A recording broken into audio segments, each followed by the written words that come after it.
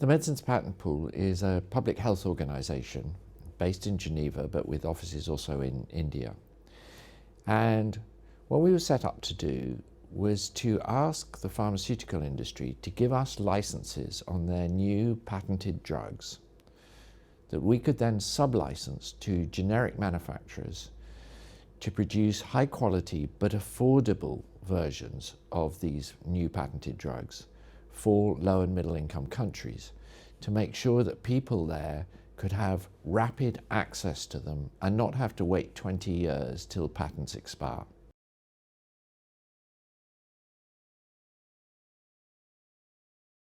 Obviously, one of the issues is how do we persuade, first of all, the pharmaceutical industry to give us a license, and then when we do, how we negotiate them. So when we're negotiating, there are certain key terms that we want to make sure are in the license. And these are what we call public health terms.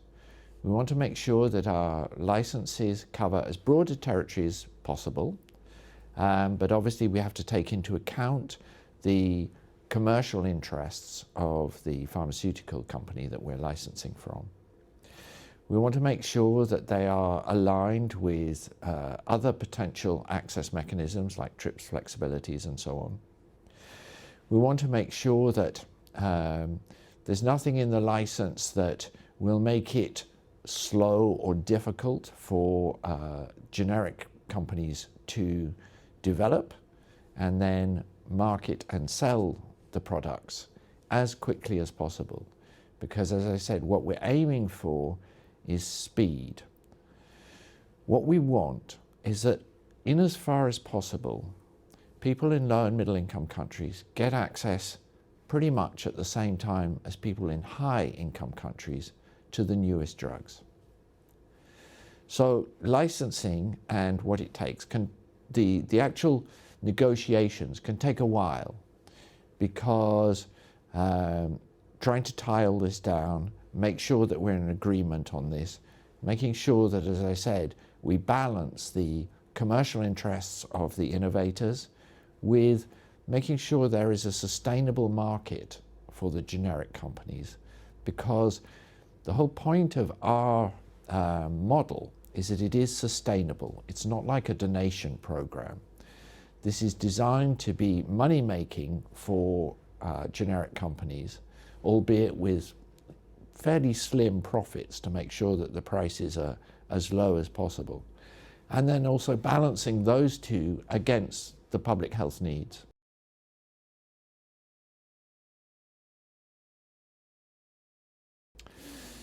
So pharmaceutical companies may give us licenses for a whole range of reasons. It may be, for example, that they just want to make sure that their product reaches as many people as possible, and they may not have the experience or the offices or simply the human resources to go out and register and then market in a couple of hundred countries at the same time. But there may also be other elements involved, for example, public relations. COVID has really focused attention on access and equity. And I think it's becoming increasingly difficult for companies not to look at this, because they've seen what happens if you don't do that. Everybody shouts at you. So from a PR perspective, it's really good to make sure that you have a good access program. And the Medicines Patent Pool model has been shown to be one of the best. And we are rated extremely highly in the Access to Medicines Index. But there may also be financial considerations, so it's perfectly possible for our licenses to include royalties. Some of them do, some of them don't, and these can be commercially significant. At the same time, from a point of view of retention of staff, employment of staff, very often companies realize that the more they do on access, the more successful they're likely to be in those areas, because people, for example, involved in R&D want to make sure that if they discover some fantastic life-changing product, It doesn't just go to, a quarter of the world. It goes to the whole world. So there are many reasons why a pharmaceutical company may want to give us a license.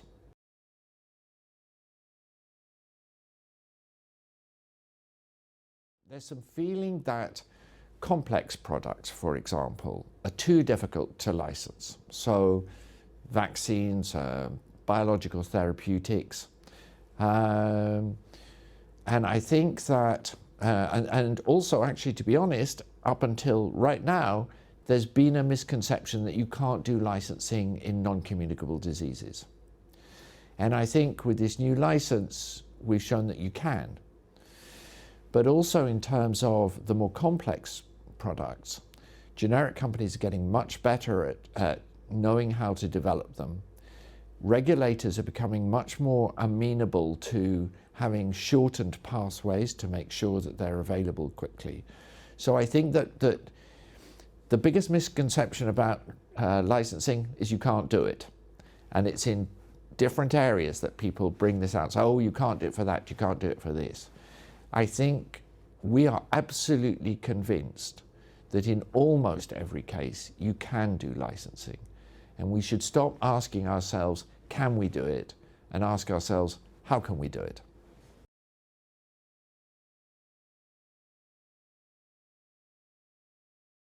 We have a sophisticated prioritization mechanism because clearly we cannot look at everything. And what we are primarily focused on is there a public health need? So, and specifically in low and middle income countries, are there people in those countries who really need this drug? Then, are there existing access challenges, which might be price, there might be other things. And then, can the MPP model solve those access challenges?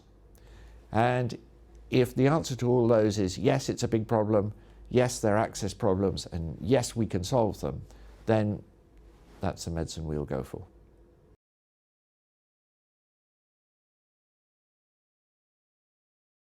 The partnership with Atom is absolutely essential. What we realized from our work in HIV and hepatitis and other areas is that there are certain very specific things in those areas, and in particular in HIV, where you have large international investment, so that you have the money and you have procurement organized by, for example, the Global Fund. This makes things much easier. In NCDs, and particularly cancer, we really don't have that. We have governments with small budgets, not necessarily willing to spend on cancer drugs. And we have a lot of access challenges aside from the availability of the medicines. So there may not be diagnostics, for example, in place, or at least they might need a lot of scaling up. If we have generic medicines, there may not be much medical education going on that we would need to address. The whole infrastructure may need strengthening. There may need to be more adjuvant treatments. The willingness of government to pay for these. All of these need to be addressed. Realizing this, we went to UICC and suggested a memorandum of understanding about how we might be able to work together.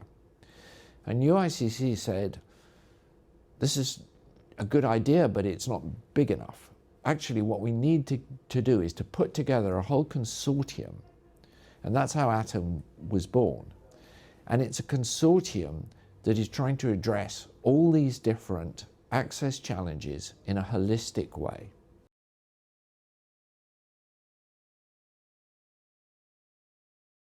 This is the first public health license in the NCD space.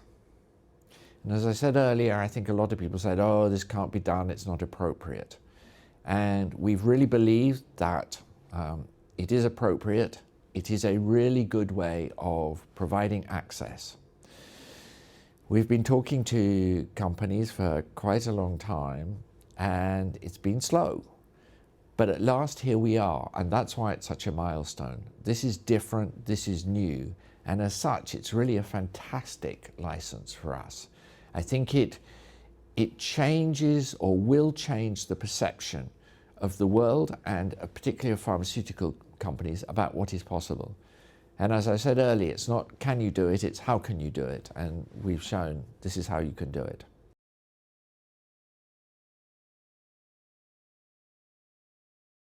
So it came about, we had been discussing with Novartis about licenses generally for a number of years.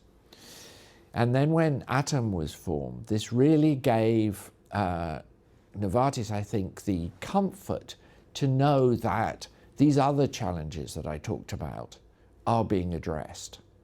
And so suddenly they had much more impetus in discussing this with us. And I think also the idea that through the royalties, they could then be providing funding for these activities through Atom really was a very compelling argument for them.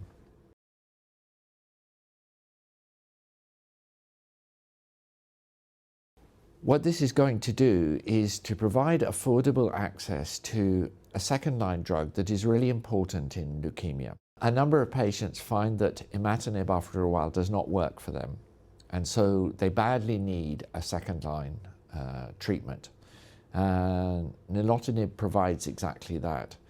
And hopefully this will be at a price that's really affordable. We don't know the pricing yet, but our model relies on competition driving down the price, and that has worked very well in our other licenses. So what we think is suddenly something that was unaffordable will become affordable for patients throughout low and middle income countries that are covered by the license.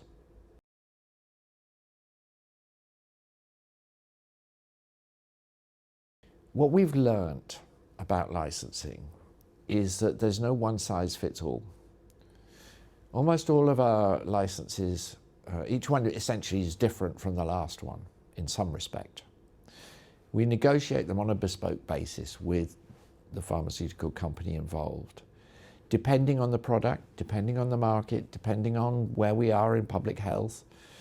And I think if the one thing we've learnt that I'd like to stress is flexibility. We have to be flexible. And so this license is different from some of our HIV licenses, different from our COVID licenses, for example.